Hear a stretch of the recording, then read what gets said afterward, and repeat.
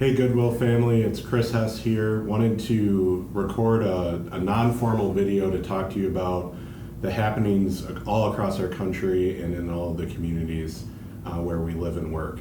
So by now, all of us have heard and reacted to the senseless death and killing of George Floyd and have been dealing with the ripples across all of our communities. And it's a difficult conversation, but one that I think that we need to have as a Goodwill family. So we have, as an organization kind of across the country, issued a blanket statement supporting Black lives and the approach that we all need to take to reach some sort of social justice across the nation. And many organizations have issued statements on Facebook and other platforms. These are necessary statements. I think that they're good statements to make.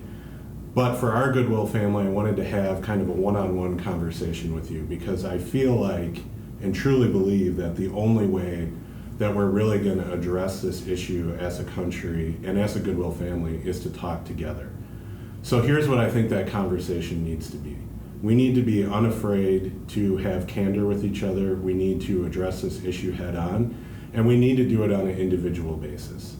So on behalf of the leadership team and myself, I would like to encourage us and welcome open conversation and dialogue between our Goodwill family and our communities when it comes to race and inequality.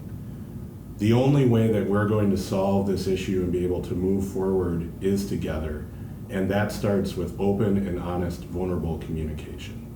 So let me model what some of that can look like for you.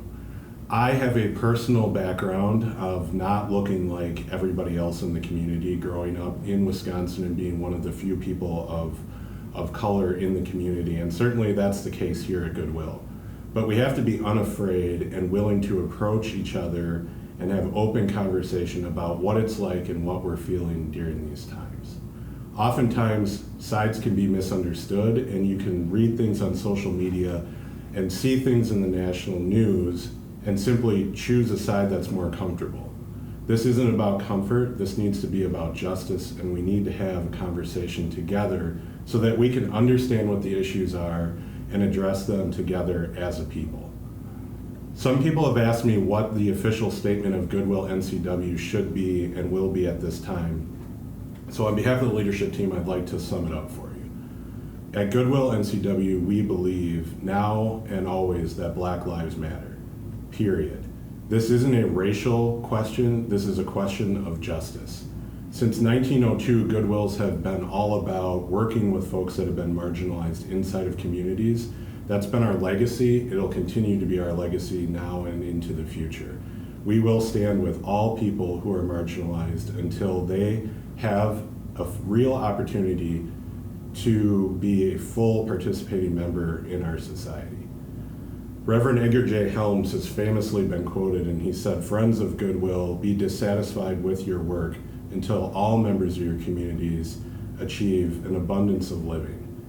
That has been and will be the rallying cry here at Goodwill. I would like to encourage all of you to have conversations about this issue and to be fully engaged, as we will be as an organization, in a long-term solution. The best way to address this is to live together and to talk together and to simply be together so that we can always be on the side of justice. I'm personally inviting anybody that wants to have a one-on-one conversation about this to contact me directly or any of your leaders. It's an uncomfortable situation, but it's one that we need to be vulnerable and have. So I look forward to moving together. Goodwill NCW fully supports all members of our community, and we will work towards a solution together.